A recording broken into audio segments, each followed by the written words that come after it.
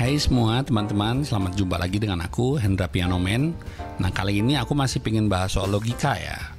Kalau kemarin kita tahu tentang bedanya akal sama logika, sekarang adakah kemungkinan logika itu cacat atau cacat logika atau sesat pikir? Dalam bahasa Inggris disebut logical fallacy atau logika falasi lah ya bahasa Indonesia ini. Ngomong naon sih mana teh? Ini kita bahas ya, karena ini penting banget, sehari-hari sering kali terjadi ya. Dalam satu perbincangan, diskusi atau debat berujung debat kusir ya. Akhirnya mau nggak mau Pak Kusir jadi moderator. Kan nggak lucu banget ya, tiba-tiba jadi kemana-mana, dan itu diskusinya benar-benar kurang sehat. Misalnya jadi nyerang pribadi atau jadi konteksnya kemana-mana gitu. Nah, itulah yang disebut sesat pikir atau logical fallacy. Kayak gimana sih? Yuk kita bahas pelan-pelan. Nah, logical fallacy itu biasanya terjadi karena memang kesalahan penalaran dalam menanggapi argumen atau dalam berargumen. Jadi premisnya nih salah nih. Premis 1, 2 kayak udah bener, tapi sebenarnya dia ada kesalahan. Jadi kita harus gimana kita mau kritis kalau ujuk-ujuk percaya. Misalnya ngomongnya yang kita hormati atau tokoh atau bahkan berpendidikan tinggi, itu sama sekali nggak jamin yang meluncur dari argumennya itu benar ya. Harus kita kritisi. Jadi sikap skeptis itu seringkali menyelamatkan kita dari kesesatan berpikir. Jadi jangan terlalu mentah-mentah nih kalau dengar satu statement dari apalagi dari siapa gitu. Bahkan dari buku-buku apa juga ya bisa jadi salah atau tergantung dari konteksnya. Nah, memahami konteks ini sangat penting sekali ya, meminimalis kita untuk sesat cara berpikirnya.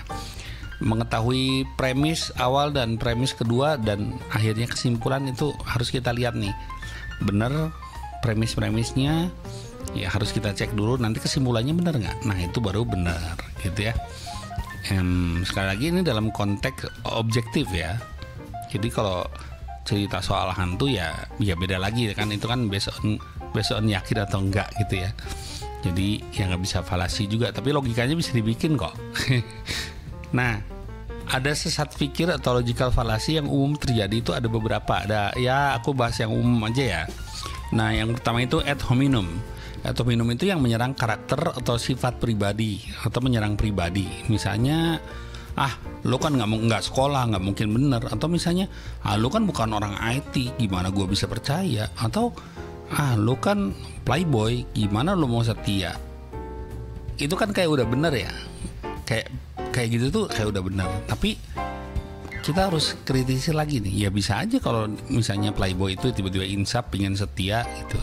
Nah, kan itu kita nggak bisa buktiin secara langsung. Atau gini, misalnya gimana mau aku percaya, sekolah aja nggak tamat lo, atau sekolah aja rendah lo, gimana lo bisa tahu hal-hal yang bersifat saintifik? Ya itu nggak jamin. Bahkan yang sekolah juga ya kalau jongkok aja. Bisa aja dia lulus sekolah karena nyontek, atau karena beruntung, atau karena sistem error, jadi akhirnya dia betul jawabannya. Banyak hal ya, kita nggak bisa pukul rata gitu. Banyak hal yang harus kita uji. Yang pasti siapapun yang ngomong itu harus kita cek kebenarannya gitu. Jadi nggak bisa telan mentah-mentah, meskipun dia seorang yang kita hormati atau seorang yang kita anggap berpendidikan tinggi atau bahkan berpengetahuan luas. Itu kan kemungkinan salah itu pasti ada. Nah, kita harus berani kritis, minimal mempertanyakan untuk diri sendiri, dan santunnya kita nggak boleh menyerang langsung ke orang itu. Ya, misalnya kayak gitu, itu ad hominem, jadi menyerang pribadi ya, kayak aku contohin tadi. Nah, skeptis itu berarti kan meragukan. Jadi yang benar tuh gini, karena dia nggak sekolah, otomatis secara pribadi kita meragukan, emang bener ya? Kita cek nih. Kalau memang tiba-tiba udah cek argumennya benar, ya kita harus terima dengan lapang dada. Berarti dia lebih pintar dari kita yang sekolah, atau dia lebih punya fakta yang benar gitu ya. Kita harus terbuka dengan itu kalau mau sehat logikanya. Oke, next, fallacy strawman. Apa itu? Strawman tuh gini, membangun argumen yang lebih lemah, tujuannya untuk menyimpangkan argumen yang sebenarnya lebih kuat. Contohnya misalnya gini lah, aku berargumen nih, ya kita harus makan makanan yang sehat gitu, biar tubuh kita kuat gitu kan. Yang sehat itu apa aja kan udah aku jelaskan nih. Terus tiba-tiba dia, oh jadi maksud kamu kita harus vegetarian. Itu kan aneh banget. Kan aku sama sekali nggak ngomong kita nggak boleh makan daging, ya kan. Dia langsung mengasumsikannya bahwa daging itu nggak sehat. Ya apapun kalau kebanyakan ya nggak sehat. Jadi dia membangun argumen baru, berarti maksud kamu kita harus vegetarian biar sehat gitu. Itu aneh banget sih. Itu banyak ya versinya kayak gitu. Coba dalam diskusi sehari-hari suka kayak gitu kadang-kadang. Dia mengasumsikan sesuatu terus membangun argumen tertentu untuk menyimpangkan argumen kita atau menyalahartikan ya gitu. Padahal maksud aku tadi kita harus mengurangi makanan-makanan cepat saji, makanan-makanan pabrikan atau yang mengandung bahan kimia. Terus dia mengasumsikan bahwa iya berarti nggak boleh makan itu. Padahal aku mengurangi, maksudnya bukan menghentikan. Ya kalau mau makan makanan cepat saji mungkin sebulan sekali itu boleh juga gitu. Berikutnya ada slippery slope. Apa itu? Nah, slippery slope itu gini, orang berargumen bahwa tindakan kecil itu akan menyebabkan sesuatu yang negatif atau yang tidak terkendali. Ya gimana sih maksudnya? Gini ya, misalnya sering kali terjadi nih, anak nggak boleh main HP karena kalau main HP nanti bodoh, nggak mau belajar. Nah itu tuh nggak pakai bukti yang jelas, karena banyak hal juga orang daring itu pakai HP ya, anak itu belajar pakai HP. Kan sebenarnya itu bisa dicegah, bisa diawasi. Pakai HP-nya apa dulu nih? Jadi nantinya kalau kayak gitu malah jadi aneh, falasinya. Terjadinya waktu pandemi kemarin, banyak anak nggak ngerti teknologi, akhirnya nggak bisa belajar. Orang tuanya juga nggak tahu teknologi, lagi jadi repot, keteteran kan belajar online-nya. Nah berlebihan gitu tanpa didasari bukti yang jelas. Emang kalau dikasih HP pasti bahwa dia nggak akan belajar atau bahkan bodoh gitu? Gimana kalau misalnya HP-nya diisinya sama banyak AI atau tools-tools buat belajar? Jadi di samping mereka main games, mereka bisa belajar banyak hal dari HP-nya, dari gadgetnya. Nah, bahkan di sekolah juga menyarankan pakai HP itu untuk memastikan bahwa dia dijemput, dia diantar.